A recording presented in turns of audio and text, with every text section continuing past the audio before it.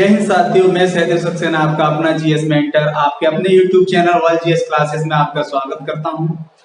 तो दोस्तों, पिछली क्लास में हमने बात की थी मेटाबॉलिज्म के बारे में। मेटाबॉलिज्म क्या होते हैं? तो बॉडी में जितनी भी बायोकेमिकल रिएक्शन होते हैं, जैव रासायनिक अभिक्रियाएं होती है, जैसे डाइजेशन होना, श्वसन होना, वंश का बनना, हार्मोन्स का बनना, ये सारे क्या कहलाते हैं? मेटाबॉलिज्म कहलाते हैं।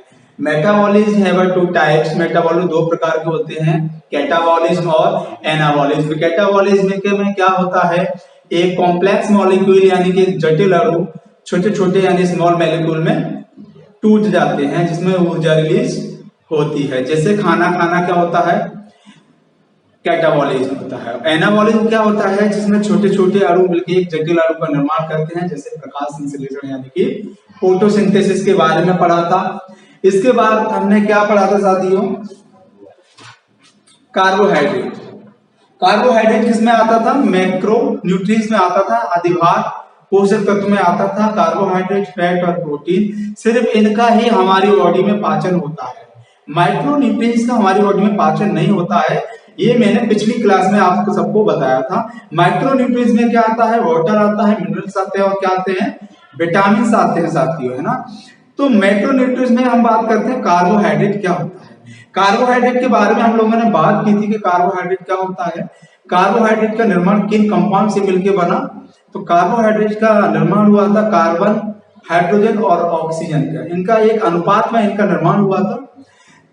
एग्जाम में पूछ लिया जाता है कार्बोहाइड्रेट का सामान्य सूत्र क्या था? तो इसका सामान्य सूत्र था साथियों CnH2n और ON, जिसे हम क्या लिख सकते हैं? CH2n CH2O का होल है, ठीक है ना। ये इसका सामान्य सूत्र था। इसके बाद में हम बात करते हैं कि ये कैसा ग्लूकोज है कार्बोहाइड्रेट। तो कार्बोहाइड्रेट सरल ग्लूकोज होता है। सबसे सरल ग्लूकोज कौन होता है? कार्बोहाइड्रेट। दूसरा सवाल बनता है एग्जाम में कि सबसे जल्दी एनर्जी प्रोवाइड कौन कराता है? तो कार्बोहाइड्रेट, जिसे हम क्या बोलते हैं? इंस्टेंट एनर्जी प्रोवाइडर बोलते हैं। ये एग्जाम की दृष्टि से अति महत्वपूर्ण सवाल है, जो एग्जाम्स में पूछे जाते हैं और शायद पूछा भी जाए। ओके, उसके बाद हमने उसके कार्य के बारे में बात की थी, इसकी क्या फंक्शन होता है। तो इसका फंक्शन क्या होता है? ऊर्जा प्रदान करना, यानी गिव्स एनर्जी। एनर्जी प्रोवाइड कराता है, कौन कराता है? कार्बोहाइड्रेट। फिर हमने बात की थी कि 1 ग्राम कार्बोहाइड्रेट लेने से सर हमें कितनी कैलोरी ऊर्जा मिलेगी? तो 4.2 कितनी कैलोरी मिलती है? 4.2 कैलोरी हमें प्राप्त होती है, ठीक है ना। उसके बाद में इसका ऐसा ही मात्र भी पूछ लिया जाता है कि सर 1 कार्बोहाइड्रेट में कितना मिलता है? 4.2 किलो कैलोरी मिलता है। तो 1 कैलोरी में कितना मिलेगा? 4.18 जूल। उसके बाद अब है कैलोरी की ना पूछ के जूल की बात कर लेता है कि 1 जूल में कितना होता है। तो कितना होता है साथियों? 0.24 कैलोरी। फिर उसके बाद हमने बात की थी साथियों, जब हम ऑक्सीजन लेते हैं तो ऑक्सीजन हमारा कहाँ जाता है? लंग्स में जाता है। लंग्स में हमारे अंदर बॉडी के अंदर सिलेंडर तो है नहीं कि साथियों प्योर ऑक्सीजन ही जाए, उसके साथ और कोई गैस ना जाए। तो क्या होता है, हम जब ऑक्सीजन लेते हैं, सांस लेते हैं, तो उसके साथ में हमारे साथ नाइट्रोजन भी जाती है। तो ऑक्सीजन जाती है, नाइट्रोजन उसका मिश्रण हमारे लंग्स में जाता है। तो लंग्स में क्या होता है? एक एल्वियोलिस होती है, एल्वियोली होती है। एल्वियोली को हम क्या बोलते हैं? वायु कोष्ठक बोलते हैं, जो हमारे ऑक्सीजन को कहां ट्रांसफर कर देता है? हीमोग्लोबिन में। हीमोग्लोबिन क्या करता है? ऑक्सीजन को लेकर क्या करता है? ऑक्सीजन को लेकर सेल में जाता है। सेल यानी कोशिका में पहुंचता है। तो कोशिका में जाकर एक अभिक्रिया होती है साथियों, जिसे हम क्या कहते हैं? सेलुलर रेस्पिरेशन कहते हैं, जिसको हम कोशिकीय अभिक्रिया कहते हैं। जहां क्या होता है? C6H12O6 यानी कि ग्लूकोज 6O2 हम उसके साथ लेते हैं। तो 6O2 क्या करता है? C6H12O6 को ब्रेक करता है, तोड़ता है। किसमें तोड़ता है? 6CO2 और 6H2 में। और सबसे महत्वपूर्ण जो हमें प्रोडक्ट प्राप्त होता है वो क्या होता है? ATP। ATP को हम क्या कहते हैं? एडिनोसिन ट्राइफॉस्फेट, जो क्या होती है? एनर्जी होती है। तो साथियों क्या होता है? ऑक्सीजन हमने ले ली, बचा नाइट्रोजन। तो नाइट्रोजन क्या करता है? 78% नाइट्रोजन जो हमने ली है वो बॉडी हमारे इसको बाहर निकाल देती है तो किसका निर्माण होता है? एटीपी का। किसके रूप में? कार्बोहाइड्रेट हमारा क्या निर्माण करता है? ग्लूकोज। ऑक्सीजन उसको तोड़ देता है तो हमें क्या मिलता है? एटीपी, एडिनोसिन ट्राइफॉस्फेट, जो हम जिससे हमें क्या मिलती है? एनर्जी मिलती है। फिर हमने बात की थी सोर्स के बारे में, तो मैक्सिमम सोर्स किसमें होता है? हनी में। कितना? हनी। सबसे ज्यादा मैक्सिमम कार्बोहाइड्रेट अगर पाया जाता है तो वो हनी में पाया जाता है, ठीक है ना। हनी से सवाल बनता है कि हनी किससे प्राप्त होता है? बी, यानी कि मधुमक्खी। तो मधुमक्खी के पालन को क्या कहते हैं हम? एपीकल्चर कहते हैं।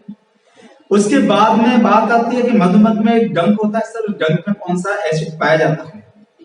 मीथेनॉइक यानी कि फॉर्मिक एसिड पाया जाता है। दूसरे नंबर पर जो कार्बोहाइड्रेट पाया जाता है वो किसमें पाया जाता है? केला, यानी कि बनाना। बनाना का साइंटिफिक नेम क्या बताया था? मूसा पैरासाइडेसिका, है ना। राष्ट्रीय केला अनुसंधान में बताया था कहाँ है?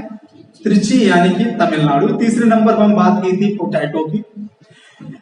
पोटैटो का रासायनिक नाम क्या बताया था मैंने?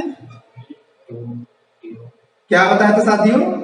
सोलेनम टुबेरोसम। सोलेनम टुबेरोसम। इसके साथ एक सवाल बनता है कि राष्ट्रीय आलू अनुसंधान संस्थान कहाँ है? कुफरी। कुफरी किस जगह पे है? शिमला पे। शिमला। इसके बाद में जो बात हुई थी वो क्या हुई थी? कुछ नहीं कराया था, यही हमारा टॉपिक खत्म हो गया। तो चले आगे करते हैं। मैक्सिमम इसके बाद इसमें मिलता है कार्बोहाइड्रेट, तो लिखिए वो मिलता है हमारा वीट, यानी कि गेहूं में मिलता है, जिसका साइंटिफिक नाम पूछ लिया जाता है। जिसका साइंटिफिक नाम क्या होता है? ट्रिटिकम एस्टिवियम। क्या होता है? ट्रिटिकम एस्टिवियम गेहूं यानी वीट का वैज्ञानिक नाम होता है। अब इससे अति महत्वपूर्ण सवाल यह बनता है कि national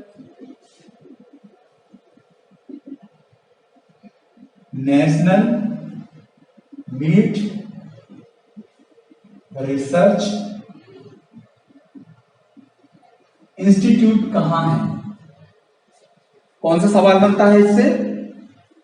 national wheat research institute कहां है, यानी कि राष्ट्रीय गेहूं अनुसंधान संस्थान हमारा कहां है? तो वो है साथियों करनाल। कहां? हरियाणा। इसके बाद बात आती है, नोट कीजिए,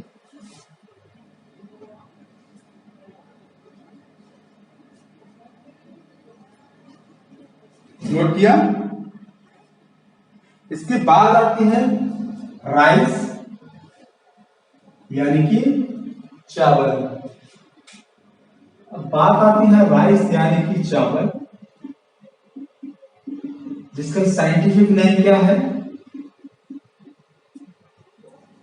क्या है इसका साइंटिफिक? ऑरिजा सैटिवा। क्या है? ऑरिजा सैटिवा। चावल का राष्ट्रीय नाम यानी साइंटिफिक नेम यानी वैज्ञानिक नाम पूछ लिया जाता है तो क्या है? ऑरिजा सैटिवा। अब इससे अति महत्वपूर्ण सवाल जो बनता है वो बनता है सेंट्रल राइस रिसर्च इंस्टीट्यूट, केंद्रीय चावल अनुसंधान संस्थान। सेंट्रल राइस रिसर्च इंस्टीट्यूट कहां है? अति महत्वपूर्ण सवाल है एग्जाम के पॉइंट ऑफ व्यू से।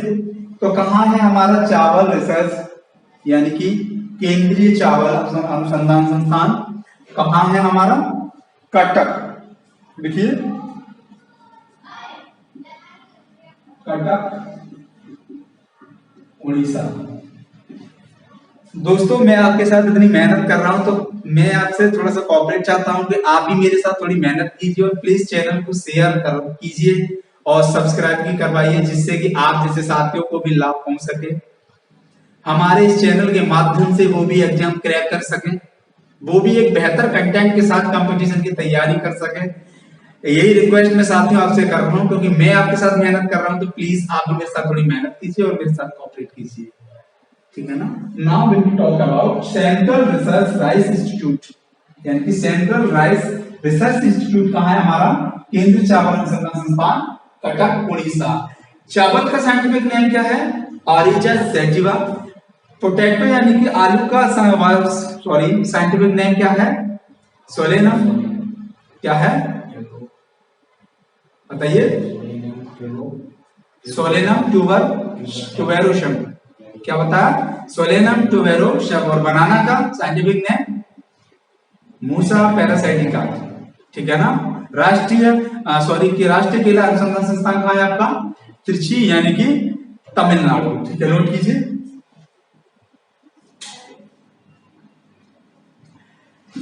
इससे भी महत्वपूर्ण चावल का जो बनता है वो बनता है कि अंतरराष्ट्रीय चावल अनुसंधान संस्थान कहाँ है? क्या? इंटरनेशनल राइस रिसर्च इंस्टीट्यूट कहाँ है? अंतरराष्ट्रीय चावल अनुसंधान संस्थान कहाँ है आपका? मनीला। कहाँ है? मनीला। मनीला कहाँ है आपका? फिलीपींस। किसकी राजधानी है? फिलीपींस। नोट कीजिए, अति महत्वपूर्ण, वेरी वेरी इंपोर्टेंट क्वेश्चंस। ठीक है, बात कीजिए। और 6 नंबर पे जो आता है हमें ऊर्जा प्राप्त होती है वो किस होती है? कार्बोहाइड्रेट में, यानी कि चिकन और मटन। किससे कार्बोहाइड्रेट प्राप्त होता है? चिकन और मटन। अब इसका साइंटिफिक नेम, तो इसका साइंटिफिक नेम ज्यादा नहीं पूछा जाता है, इसीलिए इसके बारे में बात नहीं करेंगे। इससे जो सवाल बनता है वो बनता है कि राष्ट्रीय बकरी अनुसंधान संस्थान कहाँ है? क्या सवाल बनता है?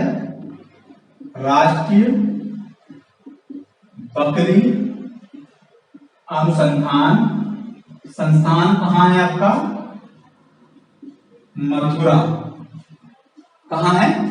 मथुरा। नोट कीजिए।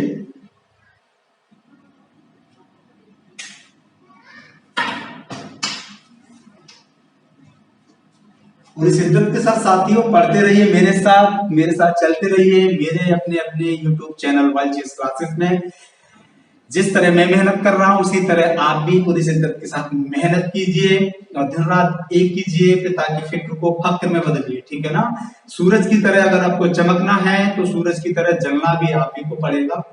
ठीक है ना? कोई पड़ोसी नहीं आएगा। आपकी जॉब लगने के बाद आपकी जो लाइफ बेटर होगी वो आपकी होगी, पड़ोसियों की नहीं होगी। सो मेरे प्यारे दोस्तों, मेहनत आपको करनी है। ठीक है ना? सूरज की तरह आपको तपना है, आपको जलना है। ठीक है ना? नोट कीजिए।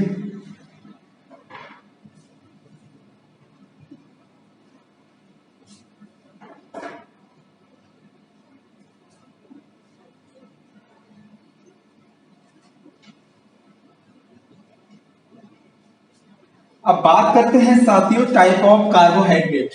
इसकी टाइप ऑफ कार्बोहाइड्रेट।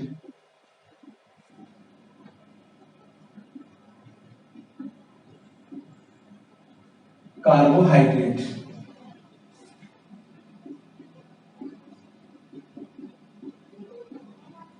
कार्बोहाइड्रेट के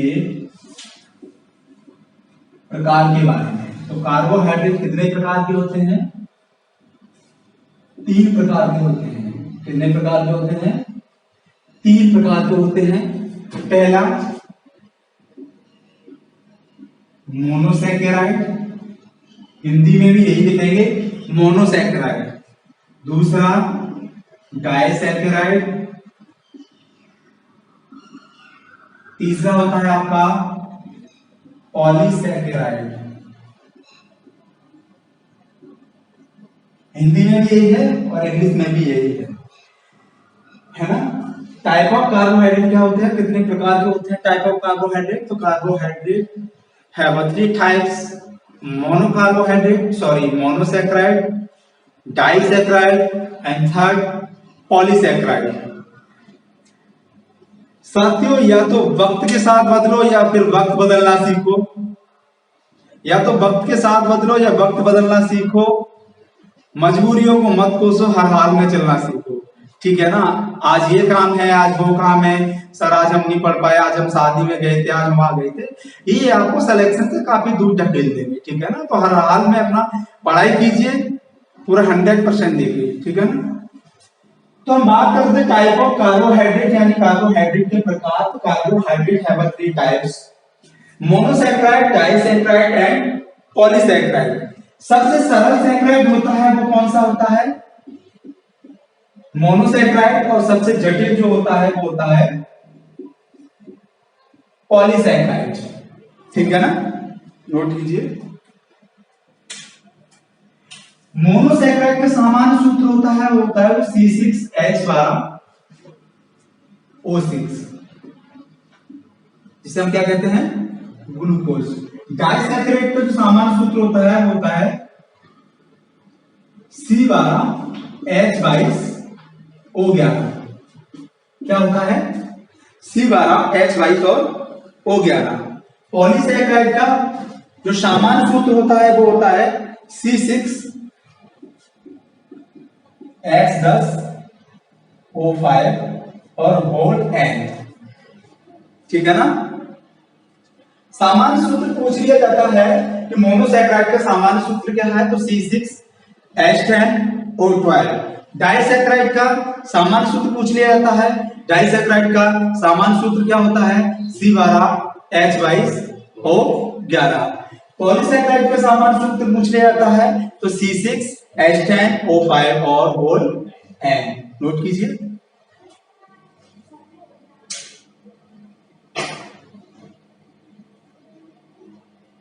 नोट किया?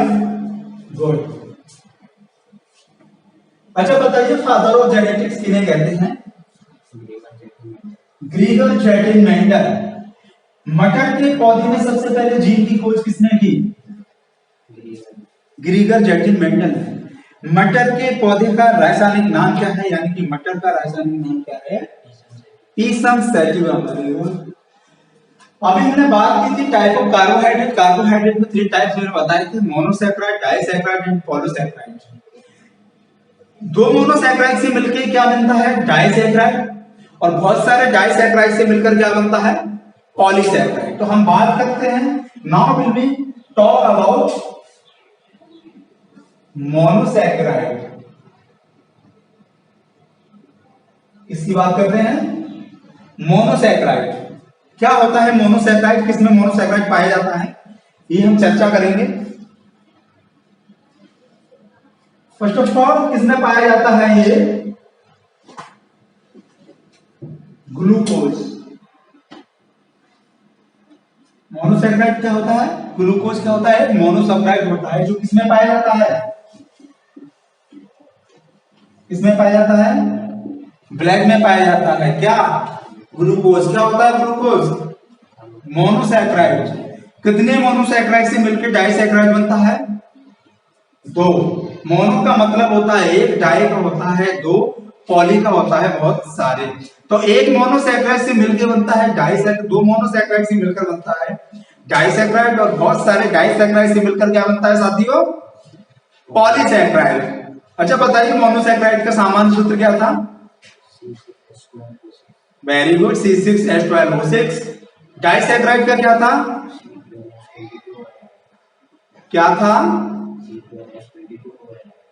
C12H22O11। और पॉलीसैकेराइड का C6H10O5 और होल N। ठीक, वेरी गुड। बात करते हैं मोनोसैकेराइड का। मोनोसैकेराइड यानी ग्लूकोज होता है। ग्लूकोज किसमें पाया जाता है? ब्लड में। ब्लड में पाया जाता है। तो इसमें दूसरा सवाल बनता है कि ब्लड में ग्लूकोज की सामान्य मात्रा क्या होती है? बहुत ही इंपोर्टेंट क्वेश्चन है, अति महत्वपूर्ण सवाल है, नोट कीजिए। ब्लड में ग्लूकोज की सामान्य मात्रा कितनी होती है? 100 to 120 mg per 100 ml। ठीक है ना?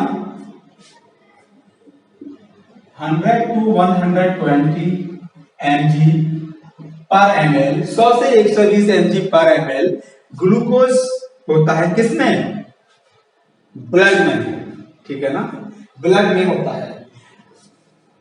आपको पता है जब हम ऑक्सीजन लेते हैं, सांस लेते हैं, तो लंग्स में हमारी जो ऑक्सीजन जाती है उसे ब्लड में कौन मिलाता है? एल्वियोली। एल्वियोली मिलाता है किसमें? हीमोग्लोबिन में। तो हीमोग्लोबिन के ही कारण हमारे ब्लड का रंग कैसा होता है? लाल होता है। हीमोग्लोबिन का मेन काम लाल करना ही नहीं, अगर लाल नहीं होता, हरा पीला भी होता तो भी चलता काम हमारे ब्लड का, लेकिन उसका मेन काम क्या होता है? हमारे ब्लड को यानी ऑक्सीजन को पूरी बॉडी में ले जाना। कहां से ले जाना? लंग से कहां तक ले जाना? सेल तक। कहां तक ले जाना? सेल तक। Got it? नोट करो।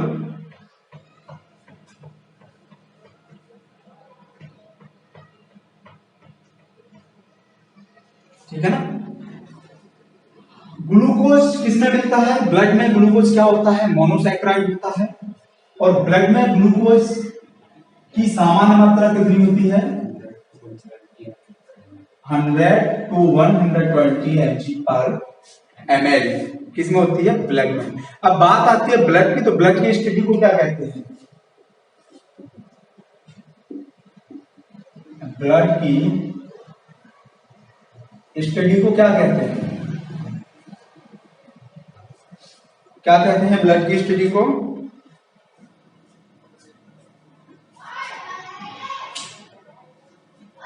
हेमेटोलॉजी। हेमेटोलॉजी,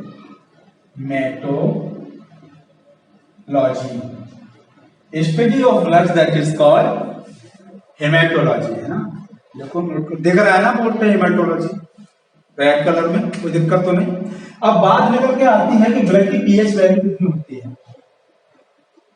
ब्लड की पीएच वैल्यू कितनी होती है?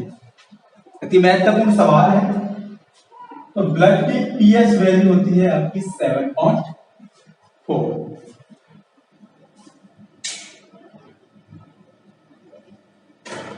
अच्छा, सामान्य वयस्क में ब्लड की कितनी मात्रा होती है? सामान्य वयस्क में ब्लड की कितनी मात्रा होती है? बताइए। सामान्य वयस्क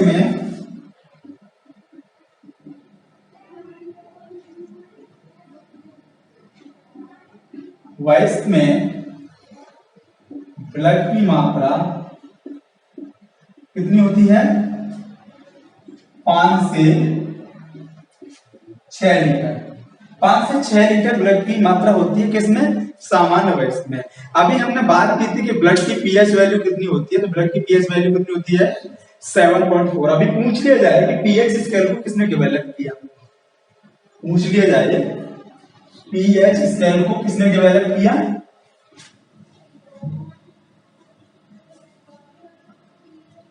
पता है? पीएच स्केल को डेवलप किया किसने? SP Sorensen. किसने किया? SP Sorensen. एसपी सोरेनसन ने किया था। अच्छा, ऑक्सीजन की खोज किसने की थी? प्रिस्टली ने। हाइड्रोजन बम की खोज किसने की थी? एडवर्ड टेलर ने। हाइड्रोजन बम में कौन सा रिएक्शन होता है? न्यूक्लियर फ्यूजन यानी कि नाभिकीय संलयन में क्रिया, जो सूर्य में होता है। सूर्य का प्रकाश पृथ्वी तक आने में कितना समय लगता है? 8.2 सेकंड, यानी कि 8 मिनट 20 सेकंड का समय लगता है। सूर्य का प्रकाश यानी कि सनलाइट अर्थ तक पहुंचने में किस विधि का प्रयोग होता है? रेडिएशन यानी कि विकिरण। अगर हम किसी धूप के पास खड़े हैं, किसी आग के पास खड़े हैं, हमें उससे ऊर्जा मिलती है यानी तपन महसूस होती है, तो किसके कारण होती है? रेडिएशन के कारण होती है। जाइलम वाटर एंड मिनरल्स को पत्तियों तक पहुंचाता है, वो किस विधि से पहुंचाता है? केस करते यानी कि कैपिलरी एक्शन। दीपक जब हमारे घर में जलता है, दीपक को जलाते हैं, उसमें कौन सी विधि काम करती है? कैपिलरी एक्शन यानी केस करते विधि काम करती है।